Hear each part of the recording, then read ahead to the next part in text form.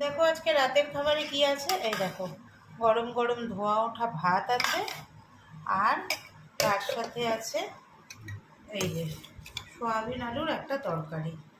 যেহেতু আমরা রাত্রিবেলা বেশি কিছু খাবার পছন্দ করি না, রাত্রিবেলা কেন, কোনো সময়ই আমরা বেশি খাবার পছন্দ করি না। অনেক পদ হলে না খেতে ভালো লাগে না, তাই জন্য মোটামুটি 1-2 পদই আমরা খাই।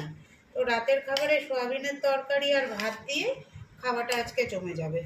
সয়াবিনটাও জাস্ট গরম গরম রান্না করলাম, আর ভাতটাও একেবারেই গরম গরম। তোমরা কারা কারা সয়াবিন খেতে ভালোবাসো আমাকে কমেন্ট করে জানিও। হ্যাঁ,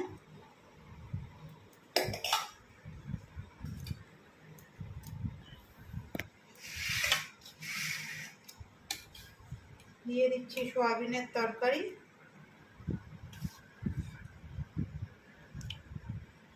যখন একটা পদ দিয়ে খাওয়া হয় তখন সেটা একটুখানি রসিয়ে কষিয়েই রান্না করতে হয়। এই যে এটা হলো একজনের, আর আমারটাও নিয়ে নিয়ে এখানে। আমার আবার রাতে বেশি ভাতও ভাল লাগে না, অল্প করেই নেব।